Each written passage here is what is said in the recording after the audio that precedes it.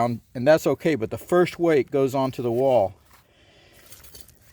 We want to minimize the toe leverage, shifting weight to the heels that tend to crush. So to bring the toe backward, we cut in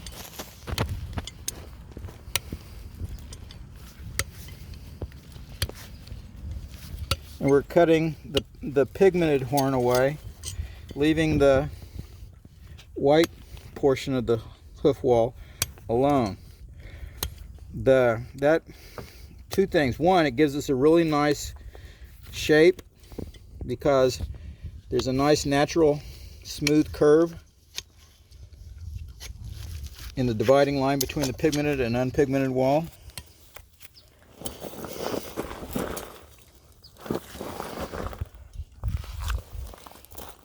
And it still leaves about 1/4 inch of an inch of radial surface in ground contact.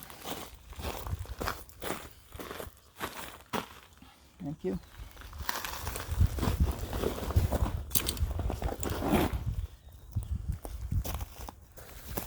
This one's a little long on the inside, and you can see how the bar is built up, Yeah. and you see how we got extra wall retained here. That's another sign that it's long on the inside.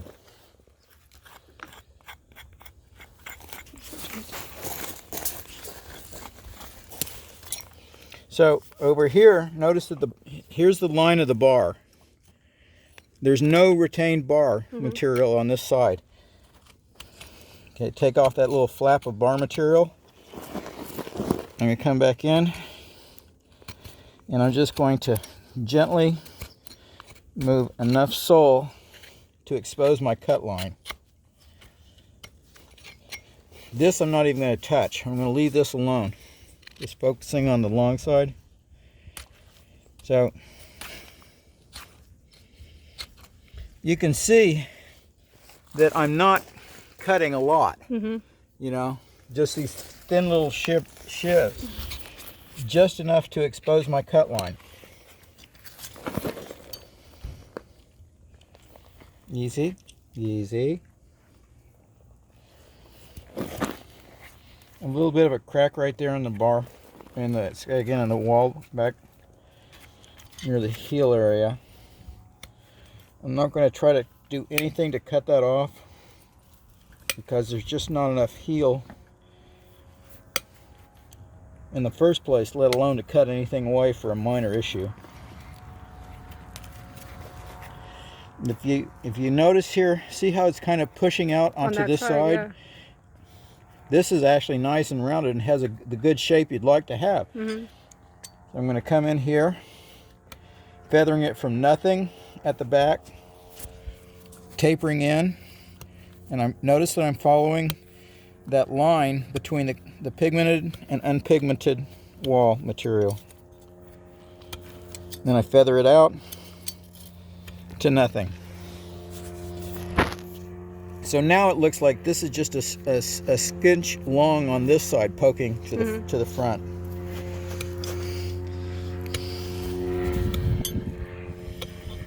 With a nice set of sharp nippers, you can cut those little fine sections.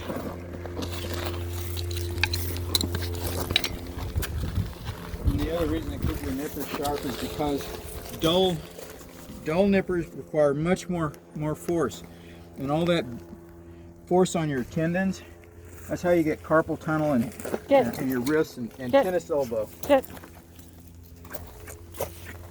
funny, I have all that. I have carpal tunnel, tennis elbow. That's a messy foot there. So we got a little bit of grungy frog to remove. Yeah.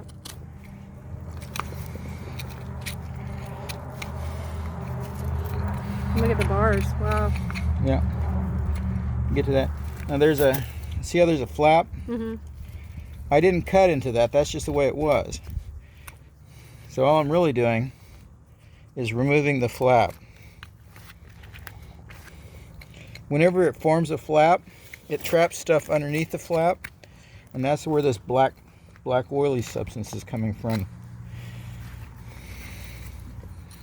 I take my knife, slide it right down the heel to the base where it touches, and then I'm going to start cutting upwards. I turn my knife and start cutting upwards, and I open up a nice little pocket, get rid of those little tags, and come back in. One upward stroke, two upward, three upward, and there we have this side's opened up as nicely as that side. Yeah. I need to balance my bars, get these flaps folded bars. So They just pop right off. look right there. That part was not even attached. Okay. You know, it's just a place where Bacteria. can fester. Yep.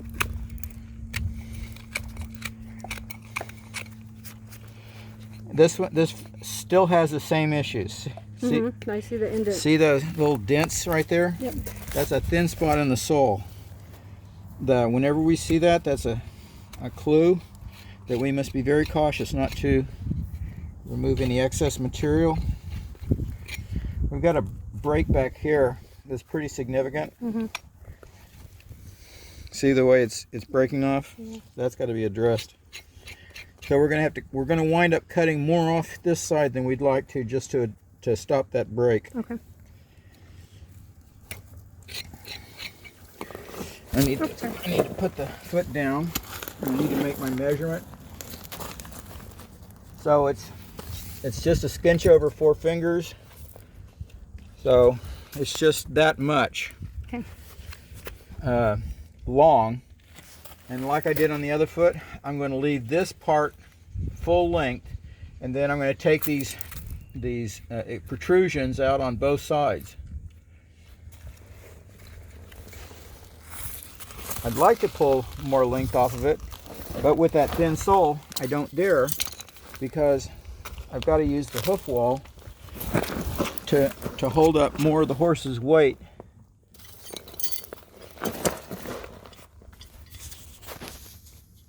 Coming in at the 45, not a flat.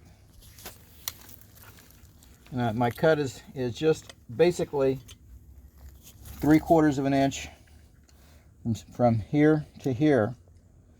That's where I start my feather cut.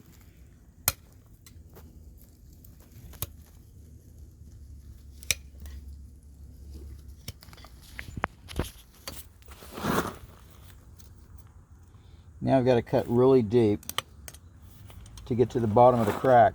You see the black material forming at the base of the crack? Yeah. And you can also see it right in there. Get Rudy.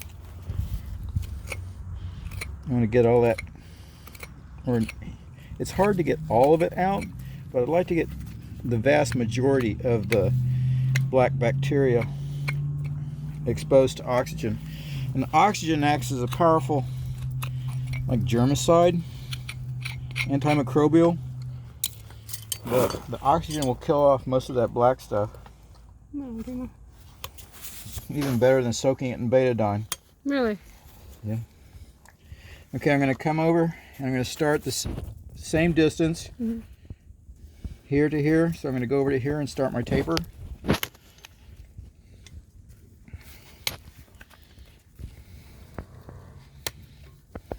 If I didn't have these pockets, I wouldn't be using I would have my tool perpendicular to the bottom of the foot rather than inclined to the bottom of the foot. I'm going to come up, tapering to nothing. And that's not too much off the heel? Well, look what came off the heel. You know, it's tapered to nothing. Oh, okay. I am going to wind up doing a little bit of shaping.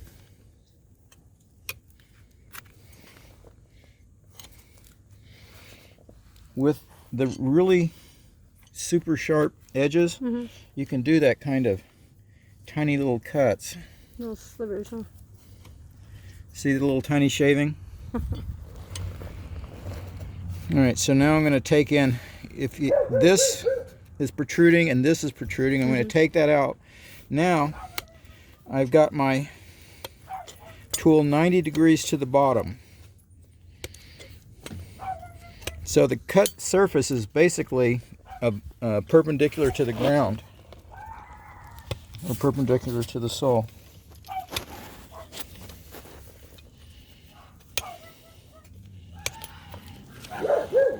It looks like I still have a little bit more to take off on this side. You'd like to have symmetry. Mm-hmm.